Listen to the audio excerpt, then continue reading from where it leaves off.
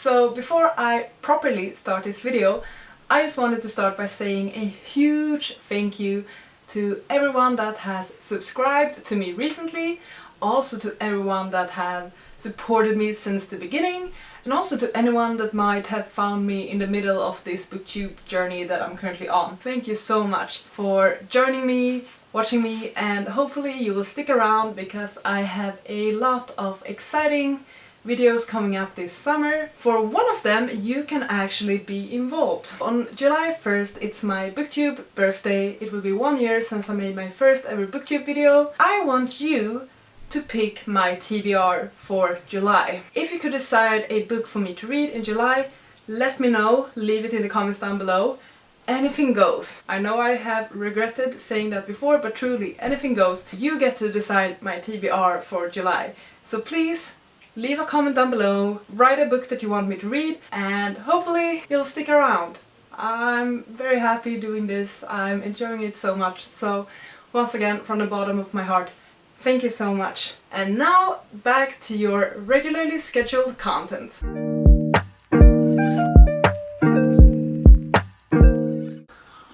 Hi friends, welcome back to my channel. It's the 31st of May as of when I'm filming this, which means that tomorrow is June. There won't be any more time for me to read in May, except for tonight. What else can it mean than that it's time for my May wrap up? Today I'm gonna talk about all the books I read in May and my thoughts and opinions on them. Let's just get to the wrap up. First, we're gonna start as per usual with the stats. In May, I read a total of 9 books. Not my best reading month, amount-wise, but also not my worst. I finally have some 5-star ratings again, and that makes me very, very happy. In May, I read 3 physical books, 1 ebook, and 5 audiobooks. For the audience of these books, 5 books were targeted towards adults and 4 books were targeted towards young adults. Once again, no middle grades, not a surprise, moving on. If we look at the genre of the books I read, 4 books were fantasies, 1 book was a contemporary, 1 book was a romance, 1 book was a mystery/thriller, 1 book was a horror, and 1 book was a non-fiction. And then finally, 1 of the books I read was a 2-star, 3 books were 3 stars, 2 books were 4 stars, and 3 books were 5 stars. Finally! I had some 5-star reads again! Yay! Like, I haven't had 5-star reads for the last 2 or 3 months. I think my last one was one in February. It was about time that I had another 5-star read. Let's just get to the books, right? The first book I listened to this month was My Sister the Serial Killer by Oyinkan Braithwaite. I'm so sorry if I butchered that. This is quite a short audiobook. We're following this woman, Coridi, who has a sister who, unfortunately, the sister has a history of her partners dying. And Coridi has always been there to help clean up the mess after a partner's death. But with the most recent event of this happening with her sister is named Ayola. With the most recent event, Coridi starts to suspect that these deaths are not really that accidental. But the issue will arise when Ayola starts showing interest for the man that Coridi is interested in. That's when the conflict starts between being honest to the guy she likes and being loyal to her sister. This was an alright book. It's difficult. This is the mystery sort of thriller that I read this month, but honestly I wouldn't really classify it as either a mystery or a thriller because it's quite clear from the beginning what's going on. So it's not really a mystery in that way and it's not really thrilling. This is definitely different, definitely a bit weird. Very interesting. If you enjoy those sort of books, I would definitely recommend it. I did find the ending to be a bit abrupt, like I had to actually re-listen to the final chapter a couple of times to fully understand it. I ended up giving this book 3 stars. It was alright. The next book I read this month was Horrid by Katerina Leno. I read this for the 72-hour Frightathon. My goal for that weekend-long readathon was to just finish this book. This is a YA horror where we're following this girl who, after the death of her father, has to move to a new town together with her mother, and they actually move into her mother's old house, like where her grandparents used to live. And this house is sort of like a haunted house sort of story. Like, this house is very old and there are a lot of rumors about this house in this new town,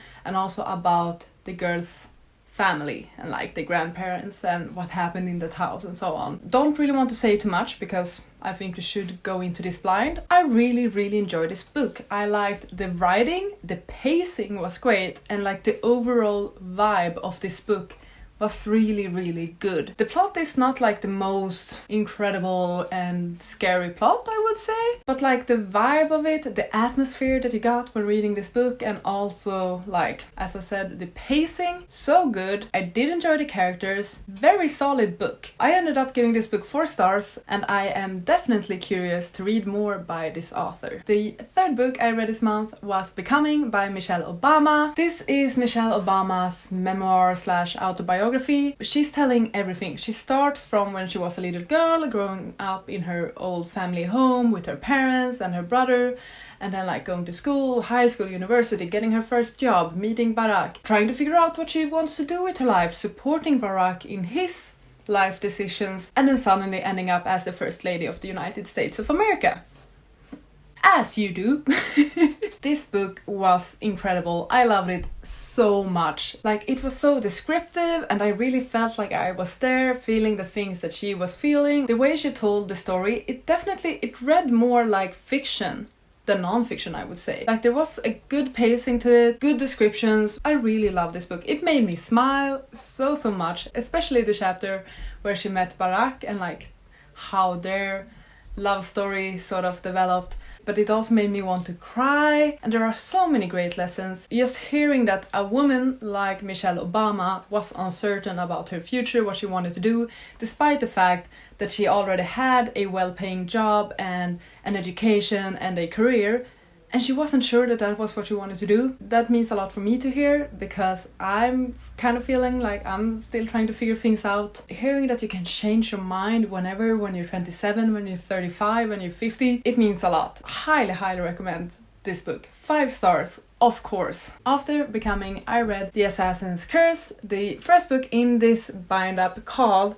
Magic of Blood and Sea. This is a duology, a bind-up by Cassandra Rose Clark, and this is a reread for me. I read these books for the first time like 7 years ago, I think. 6 or 7 years ago, and I loved it so much. And I wanted to reread this one, and the Desertathon, which was taking place now in May, was the perfect opportunity for me to fit in this reread. As you can see, I have tabbed it a lot. I have a lot of notes for this book. I am planning to make a specific video for this book. Please wait on that to come. I am really excited about it. So I read the first half of this book. In this book, we are following Anana. She has grown up amongst pirates. Her family are pirates, she's a pirate, and she is about to be married off to this other pirate clan. And she doesn't want to. She's 17 years old. She's a tough girl. She doesn't want to be someone's prize, someone's woman. That's not what she's here for. She wants to fight, she wants to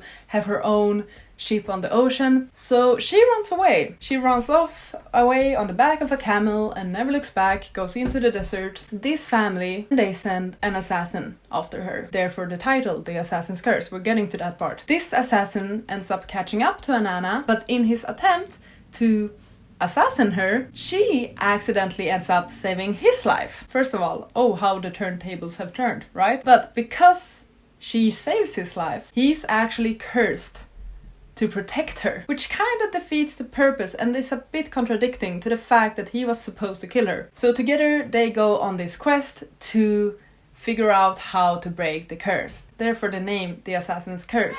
And this is what the original cover looked like for this particular, like, one part of the book. It's a great book. It's amazing. We have pirates, we have deserts, we have assassins, YA fantasy. We have a strong female lead. We have, like, this enemies to friendship to possibly lovers sort of thing going on. And there's a lot of banter. It's a hella good time. The pacing is really good in this one. Things are happening, it's not slow, but it's still descriptive enough for you to imagine yourself being there. The dialogue is funny. I can talk about this book for ages, that's why I'm going to make a separate video for this one in particular. If you have not checked out this book, please do. I promise that you will have a good time. I am so excited to continue reading the second half of this book. Solid 5 stars to this first half of the book, of course. The next book I read, which was also a part of my trying to write in my books video that I did, was A Man Called Ove by Fredrik Backman. This is my second Backman book ever, and I'm gonna be honest, this author is well on his way to becoming my favorite author after 2 books. Where do I start with this one? It made me cry. In this book we are following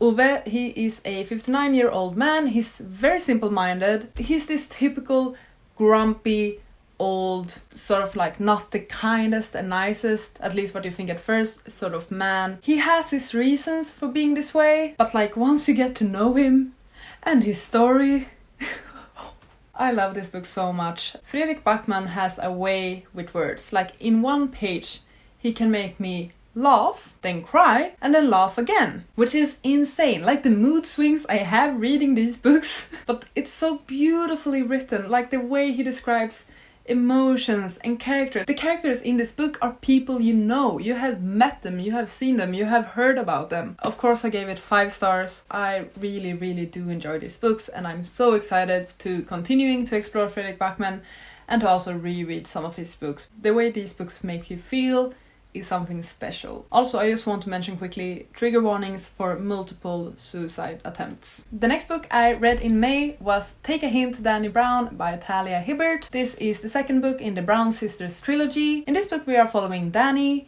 who, for reasons that are honestly not clear to me at all, starts to have this fake dating and also friends with benefits sort of relationship with the security guard at the place where she works. And Dani is that sort of tough girl who she doesn't care about romance, she doesn't want a relationship, she just wants someone to sleep around with and have fun doing that. Meanwhile, the security guard that she starts fake dating, Safia, he is a romance nerd. He is your relationship sort of guy, he loves reading romance novels, and as you can understand, these two differences in regards to how a relationship might be will make things a bit more complicated. But in general, this book was alright. I definitely enjoyed it more than Get a Life, Chloe Brown. I was not a fan of that book at all. So this one was definitely better. I enjoyed the characters more, I enjoyed their chemistry more and the relationship development. But the thing with this book is that the reason why they start fake dating is so unclear to me. It's very weak. There's not really any substance to why they should fake date. So it's more Talia Hibbert desperately needed a reason for them to start fake dating and then came up with this sort of meh plan for that, and then they start fake dating. So the trope is fun. The friends with benefit trope is also fun. But the reasoning behind how we get to those tropes is not so strong, in my opinion. 3 stars to that one. The next book I listened to was An Ember in the Ashes by Sabaa Tahir. I listened to this one because I'm taking part in the Ember in the Ash along, where we're reading the entire series, the Ember in the Ashes series. What's it called? I don't know. This is a YA fantasy about a girl whose brother gets arrested for treason, and now her only option for getting him out and saving him is to join the resistance, the rebellion. She asks the rebels for help with this issue. They send her off to be a spy that is disguised as a slave at this sort of military academy sort of thing. At this military academy there's this guy, Elias, who is their best soldier, but the thing is, he doesn't really have the same beliefs as the Empire, so he actually wants to get out.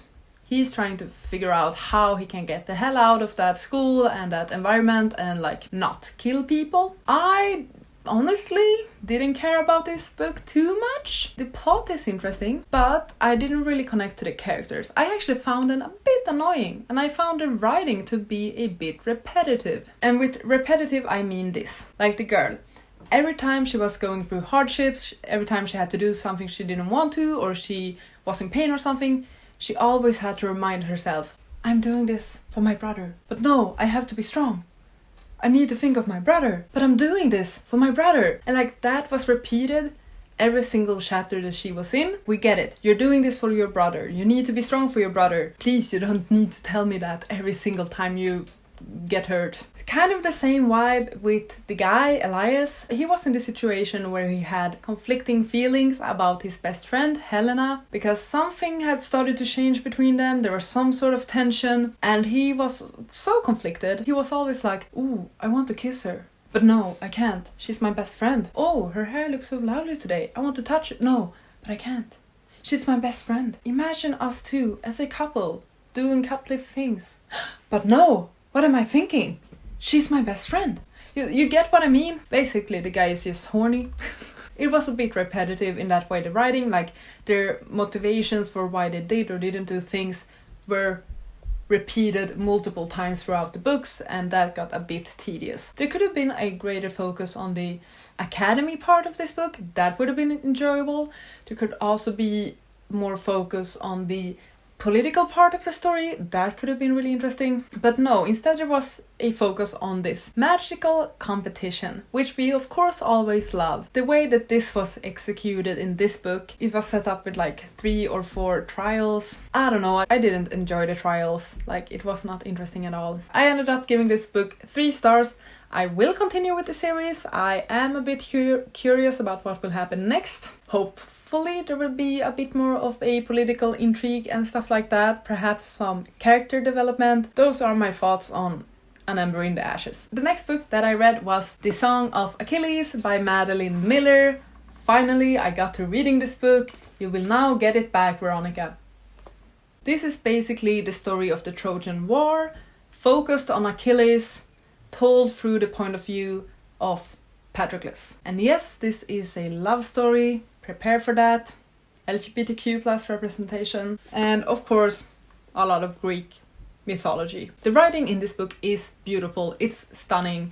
Madeline Miller writes such beautiful prose. It's incredible. I would sort of say that you can divide this book into 2 parts, the first and second half. The first half is about Achilles and Patroclus growing up, becoming friends, the world that they are living in, everything that's happening around them, getting to know the characters, that sort of stuff. The second half is more focused on the Trojan War and the roles in it and what they did and how it sort of turned out. I would say that the better part is the first half, because the second part, when the war is going on, is a bit more tedious, a bit more dragging, not as exciting, not as fun. Like, I don't know, it didn't pique my interest in the same way. Many love and adore this book, which I completely understand. I thought it was great too. I gave it 4 stars. From what I heard, many have cried when finishing this book, which once again I completely understand. I believe that the reason why this book was not the emotional wrecking ball that I had expected it to be was because I got a bit bored by it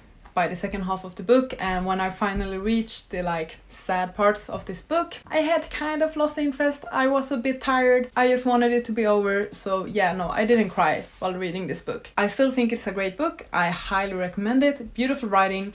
If you're scared of reading these retellings of Greek mythology, don't be. Madeline Miller has a way of writing it in a very approachable way. It's not like reading the Iliad, okay? The Iliad is difficult and it's scary and it's confusing. This one, it gives you a chance to get to know the characters and the places and the setting in a much nicer way. Don't be frightened by the fact that it's Greek mythology. Give it a go if you're intrigued, because it's a great book. The final book that I want to talk about is Crush by Tracy Wolff. This is the second book in the Crave series. I don't know how many books will be in this series. I believe there's 5. I finished listening to this one today actually, and I have some freaking opinions, alright? I don't know if you remember, but I loved Crave. I thought that book was so entertaining, so much fun. Quality-wise, I gave Crave 3 stars because it was definitely lacking in quality, but enjoyment-wise, it was a 10-star for me. In this series, we are following Grace, and her parents recently died, which made it so that she had to move to Alaska in order to attend this school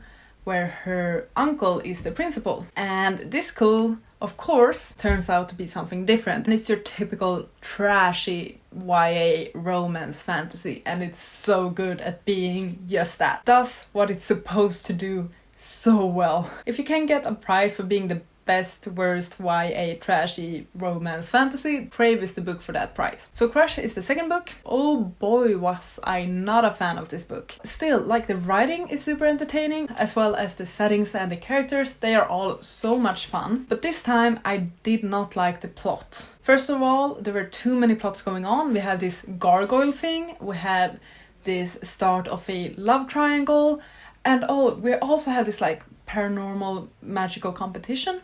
There's too many big events in this book. And also, like, my main issue with this book is the love triangle that is introduced, because I do not like the character Hudson at all. I'm not a fan. I'm not a fan of where the story is going. And I do think that the author did Jackson very dirty on this one. Jackson, the main guy from the first book, had to take a back seat in this book, and that makes me upset. So I actually ended up giving this book 2 stars. It made me so upset, and I was so frustrated by Hudson and the love triangle and all of that. At first I was certain that I would continue with this series because it is so entertaining and trashy and good. If they're going the direction I think they're going after how the second book finished, I'm not sure I want to continue to read that. If you have read more than the 2 first books in the series, please let me know. Do you think I would like to continue with the series? Or do you just know that I will be disappointed and should just focus my energy on something else? I probably will continue with the series because I am curious about how things will turn out, but I will probably still continue to be mad at the series. I will listen to it while being angry. That's sort of it for this video. Very happy with how my reading turned out in May. As I mentioned in my previous wrap-up, April wasn't the best reading month for me, reading-wise, and May definitely was so much better